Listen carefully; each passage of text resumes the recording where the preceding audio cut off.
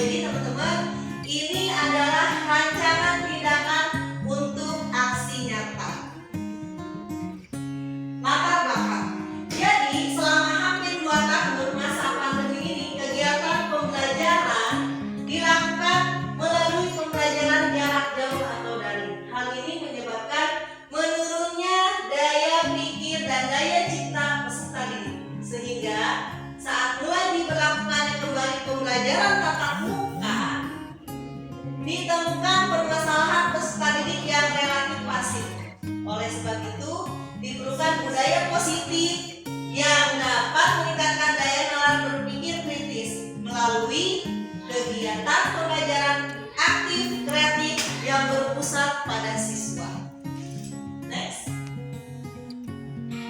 Nah, ini adalah tujuan dari aksi nyata, yaitu yang pertama menciptakan murid yang merdeka, disiplin diri yang kuat, kemudian menumbuhkan budaya positif di sekolah dengan meyakini nilai-nilai kebijakan universal.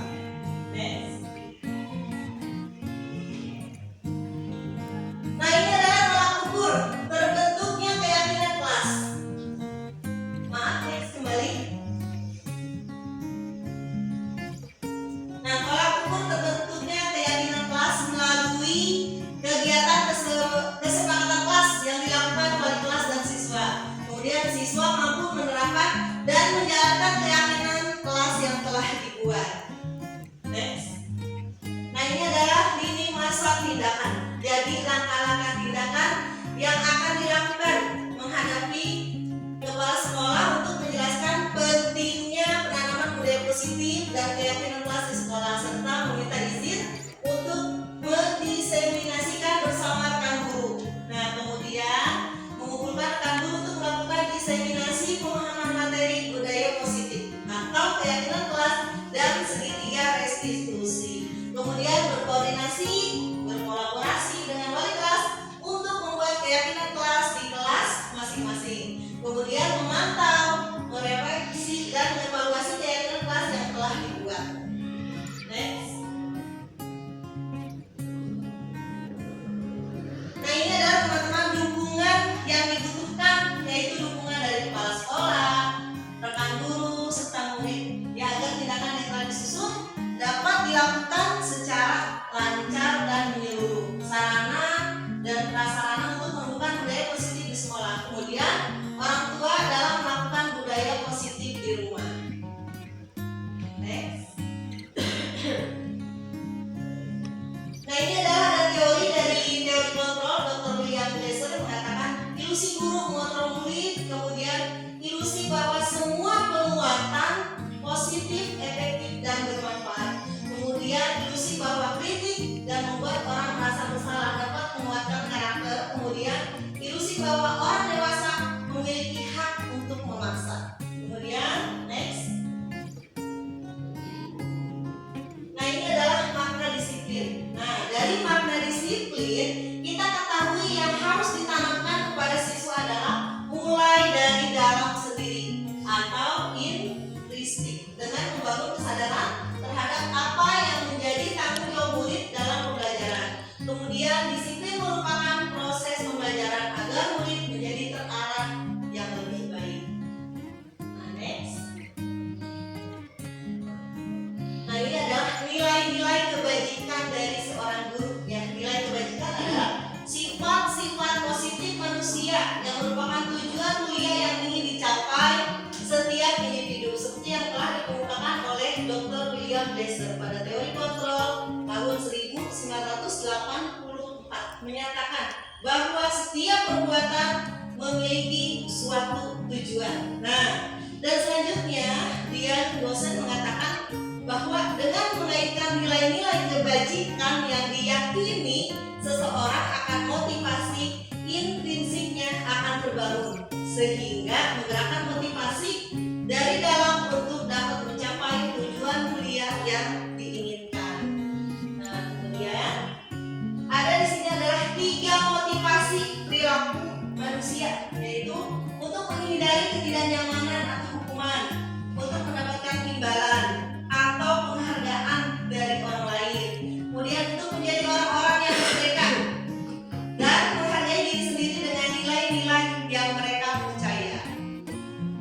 Ya, next. Nah, ini adalah posisi kontrol seorang guru. Jadi, kita sebagai guru harus memiliki posisi kontrol, yaitu ada penghukum, membuat orang merasa bersalah atau bisa menjadi teman bagi murid kita. Kemudian kita juga bisa menjadi monitor atau pemantau. Dan yang terakhir kita adalah bisa menjadi seorang manajer untuk peserta didik kita. Nah, selanjutnya ada restitusi. Restitusi yaitu proses menciptakan kondisi bagi murid untuk memperbaiki kesalahan mereka sehingga mereka bisa kembali pada kelompok mereka dengan karakter yang lebih kuat. Yang akan disampaikan itu menurut dosen tahun 2004. Nah, ini adalah 3 sisi segitiga restitusi. Nah, langkahnya itu yang pertama menstabilkan identitas, kemudian validasi tindakan yang salah, menanyakan keyakinan. Nah, teori kontrolnya itu kita semua akan lakukan hal terbaik yang bisa kita lakukan. Semua perilaku memiliki alasan kita semua, atau kita semua memiliki motivasi internal. Next. Nah, ini adalah gambar 3 sisi segitiga restitusi, ya. Nah, kembali dulu yang tadi. Ya, jadi gambar segitiga restitusi.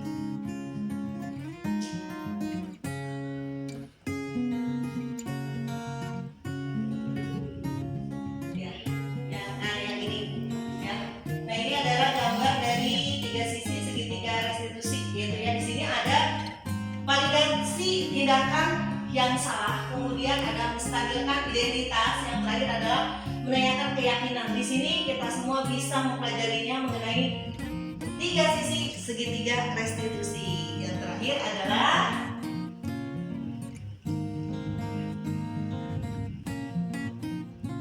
terima kasih teman-teman semua yang hari ini sudah memberikan waktu ya untuk saya mempresentasikan aksi nyata di modul 1.4 budaya positif. Nah, untuk selanjutnya sesi tanya jawab. Mungkin dari teman-teman ada yang mau bertanya, silakan. Ada yang mau bertanya mungkin boleh jawab pertanyaan aja.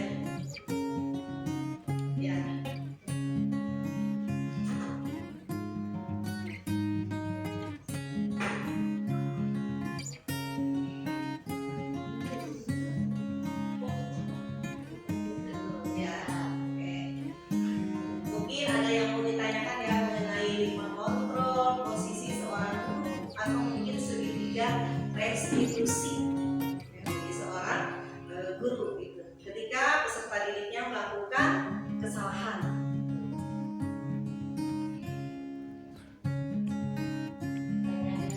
Oke, silakan Bunda Raffi. Jadi ada teori siapa? Ini tadi teori yang tadi William ya. Iya, dari teori William bahwa di situ ada proses orang dewasa boleh memaksa. Itu dalam keadaan apa? Nah, jadi begini. Orang dewasa itu. Ya, jadi kan di situ kan orang dewasa yang dimaksud di sini adalah seorang guru. Jadi guru ini bisa melakukan pemaksaan kepada murid ketika murid itu melakukan kesalahan. Nah, sebagai seorang guru yang baik, kita seharusnya ketika murid kita melakukan kesalahan, alangkah baiknya kita mengetahui dulu seperti apa sih kesalahan yang sudah dilakukan. Jadi kita ini tidak menjadi penghukum bagi siswa kita. Dan di sini kita bisa jadi sebagai manajer. Artinya, ketika murid melakukan kesalahan, yang korban tidak merasa disalahkan, atau sebaliknya, yang bersalah pun sama tidak merasa disalahkan. Jadi kita bisa menjadi fasilitator sebagai seorang guru yang baik tentunya ketika murid kita melakukan kesalahan. Kira-kira seperti itu. Jadi tidak ada pemaksaan atau kita memaksa bahwa murid ini adalah bersalah. Jadi kita harus mengetahui dulu. Dan itulah pentingnya 5 kontrol tadi sebagai seorang guru yang harus kita ketahui. Seperti itu. Mungkin satu lagi pertanyaan. Ada yang mau ditanyakan? Posisi kontrol guru itu kan ada itu kan 5 itu harus dimiliki dulu. Betul. Kita harus minimal mengetahui gitu 5 kontrol posisi guru. Sama membuat orang merasa bersalah itu agak negatif nggak ya? Ya betul. Jadi gini, biasanya kalau datang ya ketika jam pelajaran sudah masuk di jam 7 misalkan, anak datang terlambat, tapi guru ini langsung mengatakan, kenapa kamu hari ini terlambat? Ya udah, kamu silakan berdiri di depan kelas, diangkat kakinya sebelah misal ya. Nah itu adalah akan langsung kita hukum tanpa kita menanyakan dulu kenapa sebenarnya dia bisa datang terlambat ke sekolah. Nah itu adalah sebagai guru kita tidak boleh seperti itu. Jadi kita harus menanyakan dulu. Misalnya namanya Wais, misal Wais, kenapa hari ini kamu datang terlambat sehingga ketinggalan pelajaran, misal ya. Jadi seorang guru itu harus tahu dulu kejadian apa yang mengakibatkan Wais ini datang terlambat. Jadi kita tidak boleh langsung hukum saja gitu ya Bunda Tuti. Jadi kita harus tahu dulu kondisi anak gitu ya. Nah kemudian tadi ditanya selain sebagai penghukum apalagi tadi? Nah membuat orang merasa bersalah. Jadi kalau kita sudah memposisikan dia merasa bersalah, kita langsung menyuruh dia misalkan seperti tadi, ayo silakan kamu berdiri, atau kamu misalkan tidak usah ikut pelajaran dari bapak atau ibu guru. Jadi kasihan sekali ya ketika seorang guru tidak tahu dia menjadi pemantau ataukah dia menjadi seorang teman atau dia menjadi seorang manajer.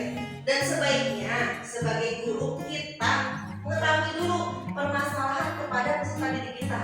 Dan lebih baik lagi kalau kita menjadi seorang manajer ya ketika anak didik kita mempunyai kesalahan. Kalau kita menjadi penghukum, anak datang terlambat, langsung kita hukum.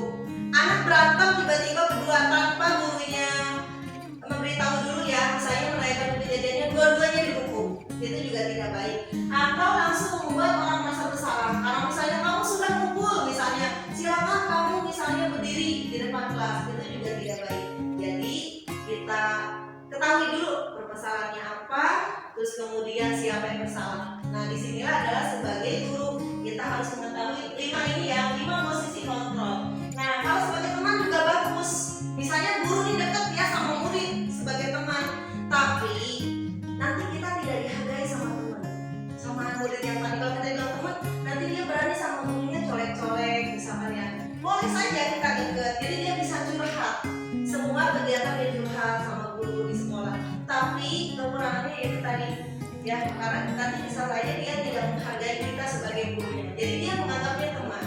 Boleh-boleh saja gitu ya, tapi harus ada batasan-batasan tertentu. Nah alangkah baiknya itu tadi kita menjadi seorang monitor atau pemantau dan terakhir adalah manajer yang bisa membuat anak itu merasa nyaman ketika dia bersalah ataupun ketika dia bermasalah dengan teman. Ya, ada lagi yang mau ditanyakan?